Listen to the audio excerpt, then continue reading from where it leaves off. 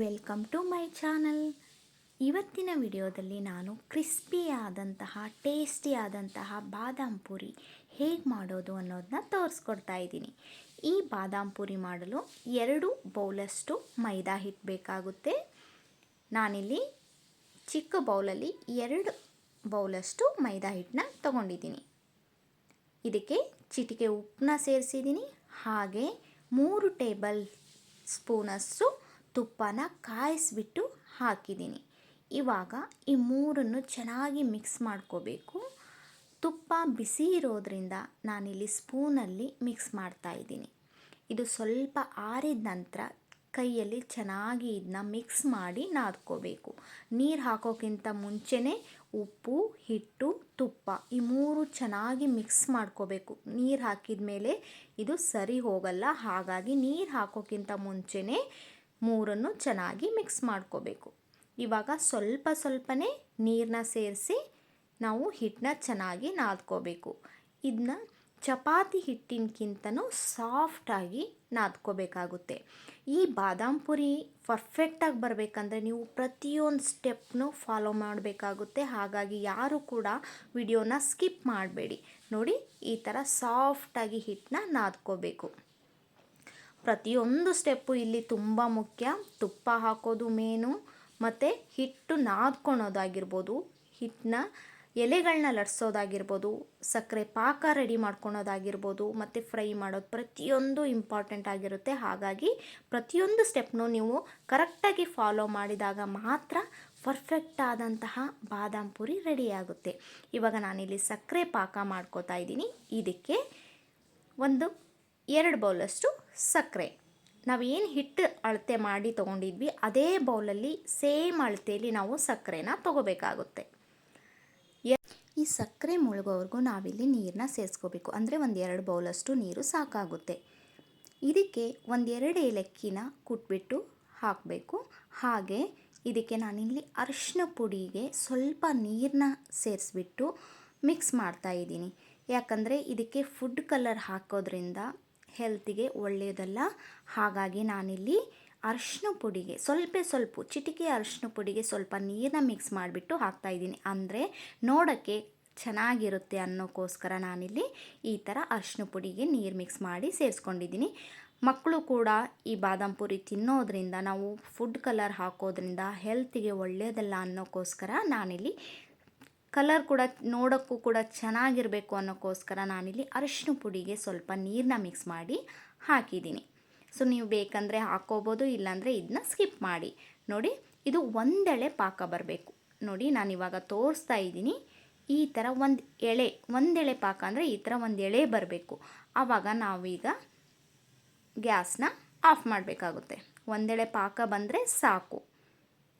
ಇವಾಗ ನೋಡಿ, ಉಳ್ಳೆ ಕೂಡ ತೋರಿಸ್ತಾ ಇದ್ದೀನಿ ಯಾವ ಸೈಜಲ್ಲಿ ನಾವು ಉಳ್ಳೆನ ತೆಗಿಬೇಕು ಅಂತ. ಇವಾಗ ಒಂದು ಪೇಪರ್ ಅಂದರೆ ಹೋಳಿಗೆ ಹಾಳೆ, ಎಲ್ಲರ ಮನೇಲೂ ಆಲ್ಮೋಸ್ಟ್ ಇದ್ದೇ ಇರುತ್ತೆ. ಯಾರ ಮನೇಲಿಲ್ಲ, ಈ ಹೋಳಿಗೆ ಹಾಳೆ ಕಂಪಲ್ಸರಿ ತೊಗೊಂಡಿಟ್ಕೊಳ್ಳಿ. ಎಲ್ಲದಕ್ಕೂ ಯೂಸ್ ಆಗುತ್ತೆ. ಹೋಳಿಗೆ ಮಾಡೋಕ್ಕಾಗಿರ್ಬೋದು, ಪೂರಿ ಮಾಡೋಕ್ಕಾಗಿರ್ಬೋದು, ಚಪಾತಿ ಮಾಡೋಕ್ಕಾಗಿರ್ಬೋದು, ಈ ಥರ ಬಾದಾಮ್ ಪೂರಿಗಾಗಿರ್ಬೋದು, ಎಷ್ಟೋ ರೆಸಿಪಿಗಳಿಗೆ ನಿಮಗೆ ಈ ಪೇಪರ್ ಯೂಸ್ ಆಗುತ್ತೆ. ಸೊ ಇದಕ್ಕೆ ಇವಾಗ ಪೂರ್ತಿ ಪೇಪರ್ಗೆ ನಾನಿಲ್ಲಿ ಎಣ್ಣೆ ಸವರಿಬಿಟ್ಟು ಯಾವುದೇ ರೀತಿಯ ಒಣ ಹಿಟ್ಟನ್ನು ಹಚ್ಚದೇ ಈ ಥರ ಲಟ್ಸ್ಕೋಬೇಕು. ಎಲೆಗಳು ಹೇಗಿರಬೇಕು ಅಂದರೆ ತುಂಬ ದಪ್ಪವಾಗಿರಬಾರ್ದು, ತುಂಬ ತೆಳುವಾಗಿರಬಾರ್ದು.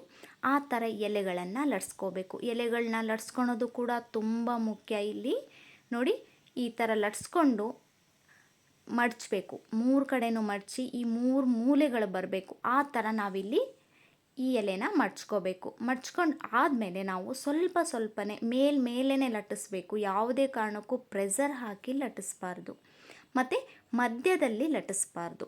ಹಾಗೆ ಇನ್ನೂ ಒಂದು ಎಲೆನೂ ನೋಡಿ ಲಟ್ಟಿಸಿ ತೋರಿಸ್ತಾ ಇದ್ದೀನಿ. ಈ 3 ಮೂಲೆಗಳೇನಿರುತ್ತೆ ಅಲ್ಲಿ ಮಾತ್ರ ಪ್ರೆಸ್ ಮಾಡಬೇಕು. ಮೇಲ್ಮೇಲೇ ಸ್ವಲ್ಪ ನಾವಿಲ್ಲಿ ಲಟ್ಟಿಸ್ಕೋಬೇಕಾಗುತ್ತೆ. ಏನು ಪದ್ರ ಇರುತ್ತೆ ಅದು ಹಾಗೇ ಇರಬೇಕು. ಇವಾಗ ಎಣ್ಣೆ ಕೂಡ ನಾನಿಲ್ಲಿ ಕಾಯಕ್ಕಿಟ್ಟಿದ್ದೆ. ಎಣ್ಣೆ ಕೂಡ ಕಾದಿದೆ. ಇವಾಗ ಎಷ್ಟು ಎಣ್ಣೆ ಅಂದರೆ ಬಾಳಿಗೆ ಎಷ್ಟು ಹಿಡಿಯುತ್ತೋ ಅಷ್ಟು ಮಾತ್ರ ನಾನಿಲ್ಲಿ ಎಲೆಗಳನ್ನ ಹಾಕಿಬಿಟ್ಟು ಫ್ರೈ ಮಾಡ್ಕೋತಾ ಇದ್ದೀನಿ. ತುಂಬ ಜಾಸ್ತಿ ಹಾಕಿದರೆ ಚೆನ್ನಾಗಿ ಫ್ರೈ ಮಾಡೋಕ್ಕಾಗೋದಿಲ್ಲ. ಹಾಗಾಗಿ ಬಾಳಿಗೆ ಎಷ್ಟು ಹಿಡಿಯುತ್ತೆ ನೋಡಿಕೊಂಡು ನಾವಿಲ್ಲಿ ಎಲೆಗಳನ್ನ ಫ್ರೈ ಮಾಡ್ಕೋಬೇಕಾಗುತ್ತೆ. ನೋಡಿ, ಇಲ್ಲಿ 4 ಮಾತ್ರ ನಾನಿಲ್ಲಿ ಹಾಕಿದ್ದೀನಿ. ಇದು ಗೋಲ್ಡನ್ ಬ್ರೌನ್ ಬರೋವರೆಗೂ ಚೆನ್ನಾಗಿ ಫ್ರೈ ಮಾಡ್ಕೋಬೇಕು.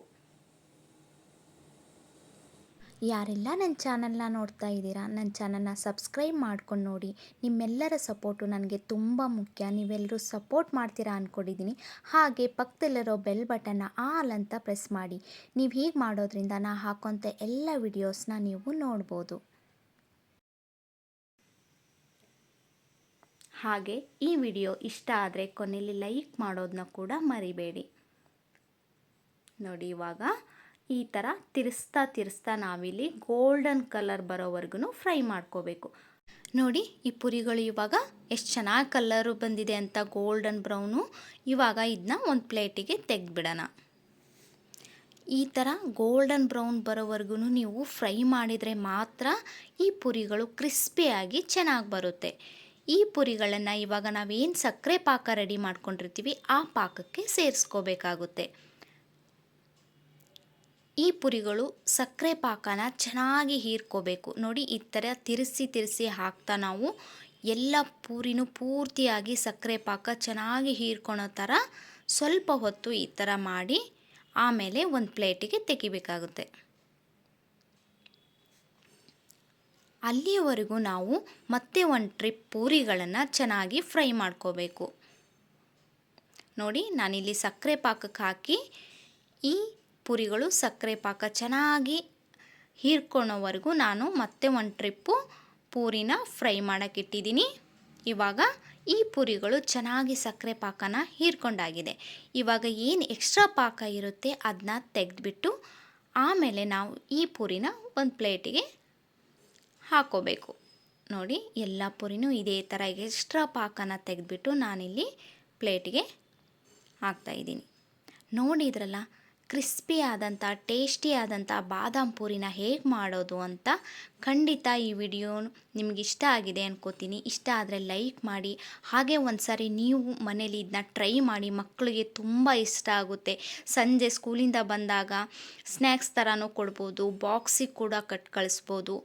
ಆವಾಗವಾಗ ಮಕ್ಕಳು ಹಸಿವು ಅಂತ ಕೇಳಿದಾಗ ಕೊಡ್ಬೋದು. ಎಷ್ಟು ಚೆನ್ನಾಗಿ ಬಂದಿದೆ ಈ ಬಾದಾಮ್ ಪೂರಿ. ಖಂಡಿತ ಒಂದು ಸರಿ ಟ್ರೈ ಮಾಡಿ. ಟ್ರೈ ಮಾಡಿದ ಮೇಲೆ ಹೇಗೆ ಬಂತು ಅಂತ ಕಮೆಂಟ್ ಮಾಡಿ ತಿಳಿಸಿ.